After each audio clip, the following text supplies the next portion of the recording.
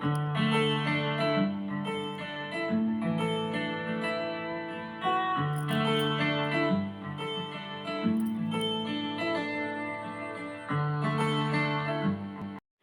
అండి, welcome back to మా ఇంద్రధనస్సు. ఈరోజైతే కొన్ని హెల్తీ రెసిపీస్తో పాటు పిల్లలకి బయట ఫుడ్ తేయకుండా రెగ్యులర్గా మనం సింపుల్గా ఇంట్లోనే మనం ఏం ప్రిపరేషన్స్ చేసుకుంటే చక్కగా వంటను ఈజీగా చేసుకోవచ్చు ఈరోజైతే చూపిస్తున్నానండి. పిల్లలైతే స్కూల్కి వెళ్ళిపోయారు, వాళ్ళకైతే ఫ్రైడ్ రైస్ చేసి పెట్టేశాను ఈరోజు, అండ్ సమ్ ఫ్రూట్స్ కూడా పెట్టేశాను. ఇక కిచెన్ ప్లాట్ఫామ్ అంతా కూడా క్లీన్ చేసేసుకుంటున్నాను. నేను ఎప్పటికప్పుడే క్లీన్ చేస్తూ ఉంటానండి, ఎందుకంటే ఇప్పుడు మనకి ఆషాఢ మాసం కదా, ఇక్కడ అంతా కూడా ఫ్లైస్ ఎక్కువగా ఉంటాయి. ఈగలు ఎంత క్లీన్ చేసినా సరే వచ్చేస్తూ ఉంటాయి అన్నమాట. ఈవెన్ డోర్స్ క్లోజ్ చేసినా సరే అవి కష్టంగా ఉంటాయి. ఇలా క్లీన్ చేసుకుంటేనే మనకి బాగుంటుందన్నమాట. నేను షాంపూ వాటర్లోని కొంచెం సాల్ట్ వేసి ఇదంతా కూడా క్లీన్ చేస్తాను. నెక్స్ట్ వచ్చేసరికి ఇక్కడ రైస్ అయితే పెట్టేశానండి. ఈరోజైతే కుక్కర్లో చేయట్లేదు. పిల్లలు ఉన్నప్పుడు వండితే మాత్రం కుక్కర్లో పెట్టేస్తాను, ఎందుకంటే ఫాస్ట్గా కుకింగ్ అవ్వాలని. వాళ్ళు వెళ్ళిపోయిన తర్వాత రైస్ కుక్ చేస్తే మాత్రం ఇలా చేస్తాను, ఎందుకంటే ఇంటికి వచ్చిన తర్వాత కొంచెం రైస్ పిల్లలకు కూడా పెడతాను అనమాట. ఈరోజు పిల్లలకి ఫ్రైడ్ రైస్ అయితే సింపుల్గా చేశానని చెప్పాను కదండి. ఇక్కడైతే నేను స్ప్రౌట్స్ ఎస్టర్డే నానబెట్టాను కదండి, చూశారు కదా మీరు. నానబెట్టిన అన్నిటిలో స్ప్రౌట్స్ అయితే చేశానండి. నానబెట్టి 1 డే ఉంచితే మనకు చక్కగా మొలకలు వచ్చేస్తాయి. ఇవన్నీ కూడా కొంచెం పెద్ద సైజులో రానిస్తేనే మనకి మంచిగా పోషకాలు అన్నీ కూడా అందుతాయండి. మరి చిన్న మొలకలు ఉండకూడదు. పెద్దగా మొలకలు వచ్చిన తర్వాతే మనం స్ప్రౌట్స్ కొంచెం పెద్దగా అయిన తర్వాతే మనం దీంట్లో అన్నీ కూడా యాడ్ చేసుకొని పిల్లలకి పెడితే మంచిది. ఇక్కడ నేను క్యారెట్, కోకోనట్ అండ్ డేట్స్ వేసాను. ఇది హెల్దీ అనమాట. కావాలి పిల్లలు ఇంకా స్వీట్ ఇష్టపడతారు అంటే దీంట్లో జాగరీ పౌడర్ కూడా, బెల్లం పొడి కూడా వేసుకోవచ్చు. ఇందులో పొమోగ్రెనేట్ కూడా వేసి పిల్లలకి పెట్టవచ్చు. మా పిల్లలైతే ఇలా తినేస్తారండి, ఇంకేమీ వేయవలసిన అవసరం లేదు. మా వారికి అయితే ఒక బౌల్తో ఇచ్చేస్తున్నాను. ఇక 11:30 అవుతుందన్నమాట టైం అయితే. బయట కొంచెం వర్క్ చేశాను, చెప్పాను కదా, శ్రావణ మాసం వర్క్స్ అయితే స్టార్ట్ చేశాను. ఎస్టర్డే క్లీనింగ్ చూపించాను కదా బాల్కనీ, అలాగే ఈరోజైతే లివింగ్ రూమ్ అయితే క్లీన్ చేశానండి. ఒకటి అంటే చిన్న లివింగ్ రూమ్ ఒకటి ఉంటుంది, ఆ లివింగ్ రూమ్ అయితే క్లీన్ చేసుకున్నాను. ఇక్కడ రైస్ అయితే కుక్ చేస్తున్నాను కదా, బీరకాయ కాజు కర్రీ వండుతున్నానండి. ఇది చాలా స్పెషల్ కర్రీ అని చెప్పొచ్చు. బీరకాయలు కొంతమందికి, మా ఇంట్లోనే అసలు బీరకాయలు, ఆనపకాయలు ఇటువంటివి తినరండి, ఇష్టపడరు. నేను ఒక్కదాన్నే తింటాను, ఎందుకంటే ఐఎమ్ వెజిటేరియన్ కదా, అందుకని తింటాను. వాళ్ళకి ఎక్కువగా నాన్ వెజ్ ఇష్టపడతారు. అందుకే ఈ విధంగా నాన్ వెజ్ ఇష్టపడిన వాళ్ళకి ఇలా కొంచెం వేరియేషన్ చూపించి వండామనుకోండి చాలా ఇష్టపడతారనమాట. ఇక్కడ బీరకాయలన్నీ కూడా కట్ చేసుకుంటున్నాను. ఇవైతే మాకు ఆర్గానిక్ అండి, ఎందుకంటే మా అత్తయ్య వాళ్ళకి పండే అనమాట, చిన్న అత్తయ్య వాళ్ళకి ఆమె ఇచ్చింది. ఇక ఇస్తే వెంటనే ఇలాంటివి అయితే నేను ఫాస్ట్గా వండుతానమాట, ఎందుకంటే ఫ్రెష్గా ఉన్నప్పుడు బాగుంటుంది కదా టేస్ట్. ఇక్కడ ప్రిపరేషన్స్ అయితే అయిపోయింది. ఇక్కడ నేను ఆయిల్ వేసుకొని చక్కగా దీంట్లోని కొంచెం పోపులు వేశాను.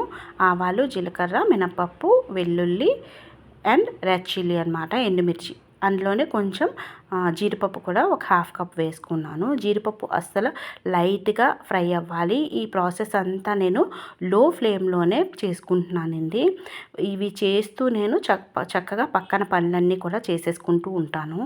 ఎప్పుడు కూడా వంట కొంచెం ఒక 1 అవర్ బిఫోర్ చేస్తానండి, ఎందుకంటే నాకు కర్రీస్కి వచ్చేసరికి టైం కొంచెం టేకెన్. ఎందుకంటే ఎప్పుడు కూడా లో ఫ్లేమ్లో వండాననుకోండి టేస్ట్ అనేది చాలా బాగుంటుంది. మంచిగా మా అమ్మమ్మ దగ్గర ఇవి నేర్చుకున్నానండి నేను. ఏంటంటే ఆమె ఎప్పుడు కూడా వంట చిన్న మంట పైన వండేవారనమాట.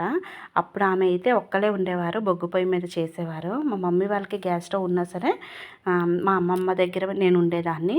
తను బొగ్గు పొయ్యి మీద చేసేదనమాట. చాలా రుచిగా ఉండేవి. కొంచెం కూర అయితే ఇంట్లో అందరికీ సరిపోయేలా ఉండేదన్నమాట. ఇక్కడ దీంట్లోని నేను ఉల్లిపాయలు వేసి వేపేసాను కదా, దాంట్లోనే ఒక టమాటో వేసి వేపేసానండి. తర్వాత ధనియా పౌడర్, జీరా పౌడర్, గరం మసాలా, కారము, ఉప్పు వేసి బీరకాయలు కూడా వేసేసాను. వేసేసి చక్కగా మిక్స్ చేసి మూత పెట్టేశాను. ఇక వాటర్ అయితే వేయలేదు. ఇలా ఒక బాక్స్లో స్ప్రౌట్స్ పెట్టాను కదండి, అవి మూరీ మిక్సర్లో కానీ లేదా మనం స్ప్రౌట్స్ చాట్ చేసినప్పుడు కానీ యూస్ అవుతాయి. ఇవన్నీ కాబోలి శనగలు, బాదం, ఇవేమొచ్చి కొమ్ము శనగలు, శనక్కాయలు ఉంటాయి కదా, పల్లీలు, అవి కూడా నానబెట్టాను. ఈ నానబెట్టినవన్నీ కూడా ఒక 2 టైమ్స్ వాష్ చేసేసి వాటర్ అంతా తీసేసాను. ఇది కొబ్బరి. ఈ కొబ్బరి కూడా మనకి చాలా వంటల్లో యూస్ అవుతుంది, స్వీట్స్లో యూజ్ అవుతుంది. ఇవన్నీ కూడా నేను ఇక ఫ్రిడ్జ్లో పెట్టేస్తానమాట. కావాలి అంటే మీరు ఫ్రోజన్ కూడా చేసుకోవచ్చండి, డీప్ ఫ్రిడ్జ్లో కూడా పెట్టుకోవచ్చు. లేదు అంటే నార్మల్ ఫ్రిడ్జ్ బాగుంటే నార్మల్ ఫ్రిడ్జ్లో కూడా మన టెంపరేచర్ చల్లగా ఉండేలా చూసుకొని పెట్టుకోవాలి. ఈ బాదం రోజు అంటే గుర్తుండాలి కదండి మనం సోక్ చేయాలంటే. ఇప్పుడైతే మనం అవి ఒక 1 వీక్ వరకు మాకు సరిపోతాయండి. 1 వీక్ తర్వాత మళ్ళీ నేను సేమ్ ఇదే ప్రాసెస్ కంటిన్యూ చేస్తాను. ఈ బీరకాయ చెక్కునైతే పారేయలేదు, ఎందుకంటే దీన్ని నేను మిక్సీలో వేసేసి చపాతీలో కానీ దోశలో కానీ వేసేస్తానమాట బ్యాటర్లో. ఆ రోజు దోశలకి ఇలా మనకి వెజిటేబుల్స్ ఫైబర్ అనేది అందుతుంది పిల్లలకి. ఇవన్నీ కూడా ఇక నేను ఫ్రిడ్జ్లో అయితే పెట్టేసుకుంటానండి. ఇలా మనం వారంలో ఒక్కరోజు చేసి పెట్టుకున్నాం అనుకోండి, ఈవెన్ బ్యాటర్స్ కూడా నేను మినపప్పు అవన్నీ కూడా ఈ వీడియోలో అయితే చూపించానండి. అవన్నీ కూడా నానబెట్టేసుకుంటాను. నానబెట్టుకొని పెట్టుకుంటే మనం బయటకు వెళ్ళి టిఫిన్ కొనవలసిన అవసరం ఉండదు, స్నాక్స్ తీసుకోవాల్సిన అవసరం అయితే ఏమీ ఉండదు. చక్కగా పిల్లలకి ఇంట్లో ఫుడ్డే కావాల్సింది మనం చేసి పెట్టచ్చు.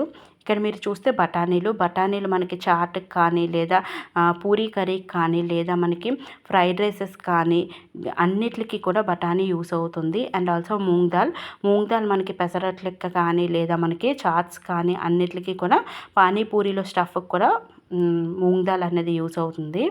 ఇక్కడ చూస్తే కర్రీ అయితే చూసారు కదండి, చాలా బాగా ప్రిపేర్ అయింది. నాకైతే మా వారికి అయితే చాలా బాగా నచ్చింది. ఎప్పుడు కూడా ఇలా చేయమంటూ ఉంటారనమాట.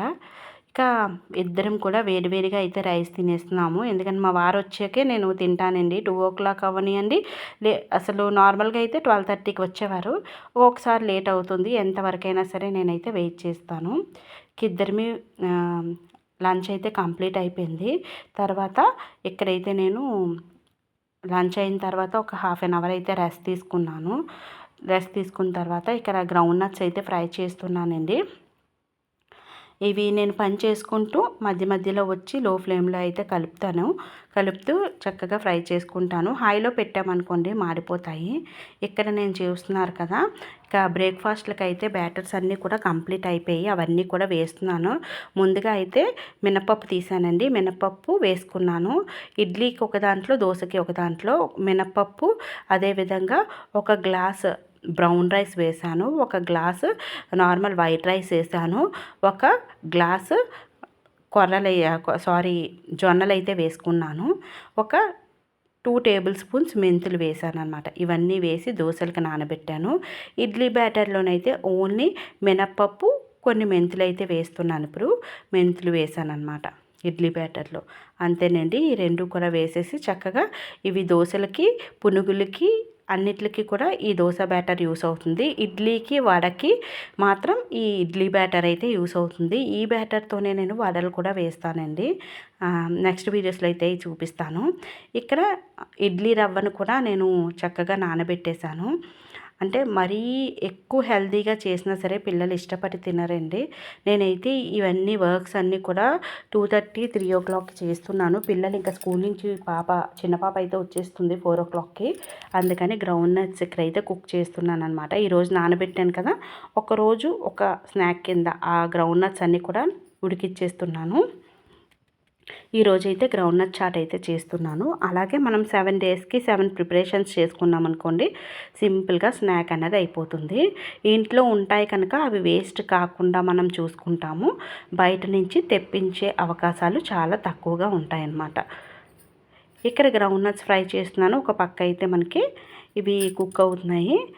నెక్స్ట్ వచ్చేసరికి టీ అయితే పెట్టేశానండి. టీ పెట్టేసి ఇక మా వారైతే బయటకు వెళ్తున్నా అన్నారు, అందుకని టీ అయితే పెడుతున్నాను.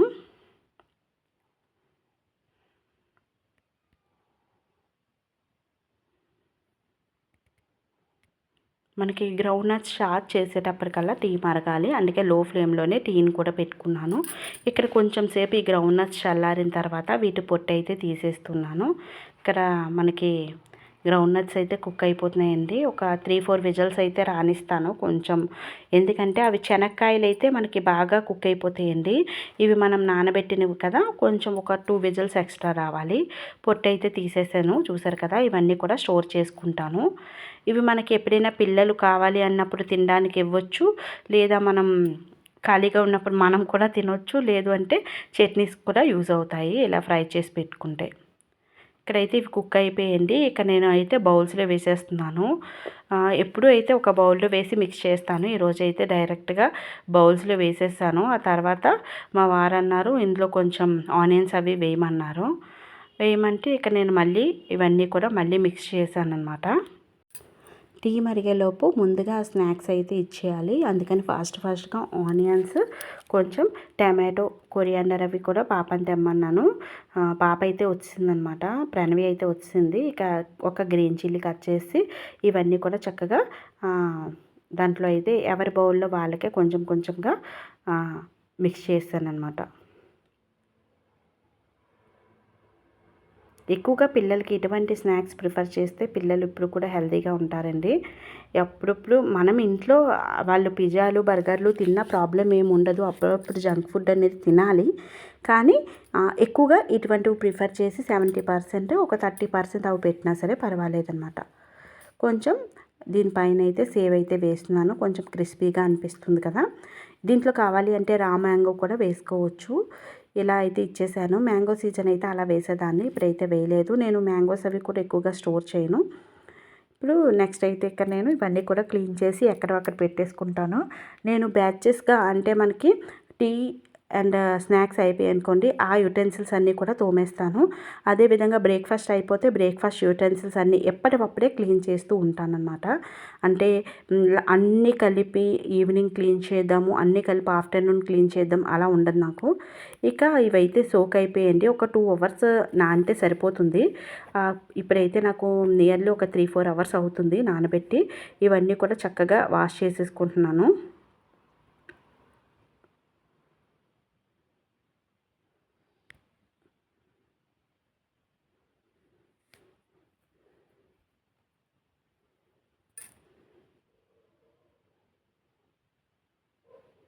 పిల్లలకైతే ట్యూషన్ చెప్తాను కదండి, వాళ్ళైతే 5:30కి వస్తారు. వాళ్ళు 8:30 వరకు ఉంటారనమాట.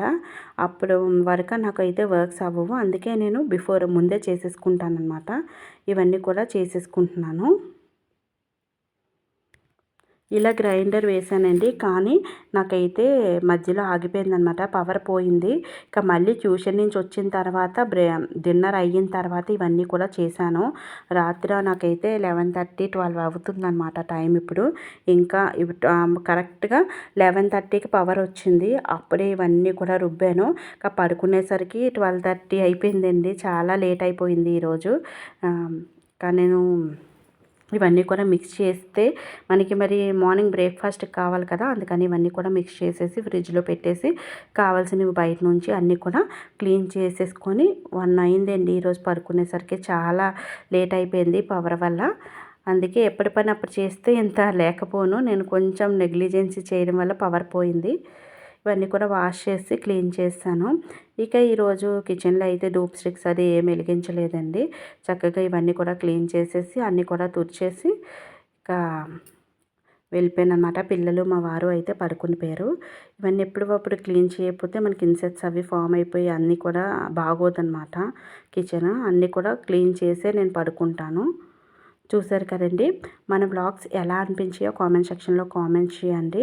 వడలకి, అదేవిధంగా ఇడ్లీకి, దోశకి, పునుగులకి అన్నిటికి కూడా ఇదే బ్యాటర్ అనమాట. ఇవన్నీ కూడా ఫ్రిడ్జ్లో అయితే స్టోర్ చేసేసుకుంటాను. ఇక కిచెన్ అంతా కూడా క్లీన్ చేసేసి అన్నీ కూడా వాష్ చేసి పెట్టుకున్నాను. ఇక అందరికీ గుడ్ నైట్ అండి. బ్లాగ్స్ నచ్చితే తప్పకుండా మన ఛానల్ని సబ్స్క్రైబ్ చేసుకోండి. మరిన్ని ఇంట్రెస్టింగ్ బ్లాగ్స్ కోసం మరొక చక్కటి వీడియోతో మళ్ళీ కలుద్దాం. Thanks for watching.